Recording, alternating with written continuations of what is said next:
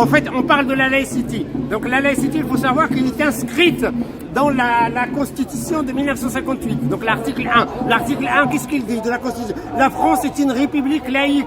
Voilà, donc là, après, il n'est pas inscrit dans comment on appelle ça, les déclarations de droits d'homme, mais ils sont découlent, en fait. Donc ça veut dire, voilà, autrement dit, en résumé, la laïcité, elle est inscrite dans la Constitution et dans les droits de l'homme. C'est quoi la laïcité? Ça veut dire le respect de croire ou de ne pas croire. C'est la liberté de croire ou de ne pas croire. Ça veut dire, en fait, c'est ça la laïcité, c'est ça la base.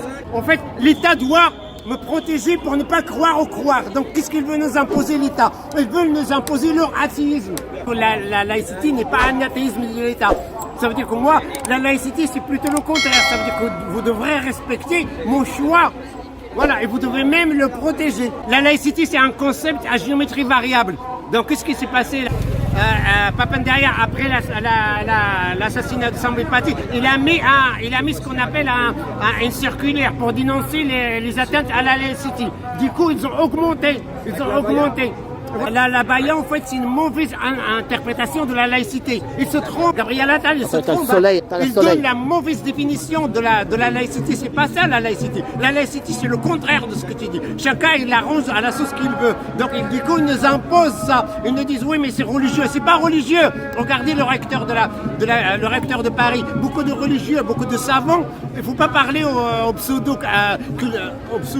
Si c'était religieux, les abayas, il y aura des trucs religieux dessus, alors que c'est un simple habit. C'est un simple habit, voilà, merci, voilà. Sauf qu'il y en a qui sont religieux de droite, qui croient que c'est religieux, que c'est plus les musulmans. C'est pour diviser, le peuple. Merci, voilà. Pour diviser. En gros, c'est une mauvaise interprétation. Donc, elle interprète mal. Il faut savoir que la laïcité, on peut l'interpréter comme on veut, quand ça nous arrange. Du coup, on crée quelque chose qui est ce qu'on appelle des atteintes à la laïcité. Ouais, il y a un qui a dit Allahu Akbar. Je vous rappelle, les amis, si vous entendez quelqu'un dire Inch'Allah ou Allahu Akbar, n'appelez pas la police. Parce qu'il y a juste que son équipe de foot a gagné le match. On s'en fiche. Ouais, voilà, quand tu entends Allahu Akbar, n'appelle pas la police. C'est juste parce qu'il a eu un concours, il a gagné au loto. Allahu Akbar, en fait, ça veut dire, ouais, génial. Et maintenant, moi, en tant que ministre, je peux dire à quelqu'un qui dit Allahu Akbar, je peux dire que ça, c'est une atteinte à la laïcité.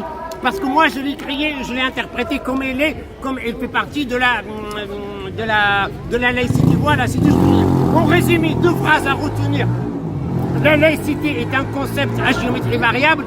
Ça veut dire qu'on crée la situation pour dire atteinte à la laïcité. Et deuxièmement, la laïcité n'est pas un athéisme de l'État. Ça veut dire que moi je crois ou je crois pas, je prie ou je prie pas. C'est pas tes oignons. C'est pas à toi de me dire non, il faut être athée comme moi. Voilà, je m'arrête là. Bah merci Boucha. Il a changé de perruque, Boucha, aujourd'hui. Il a mis une perruque plus longue.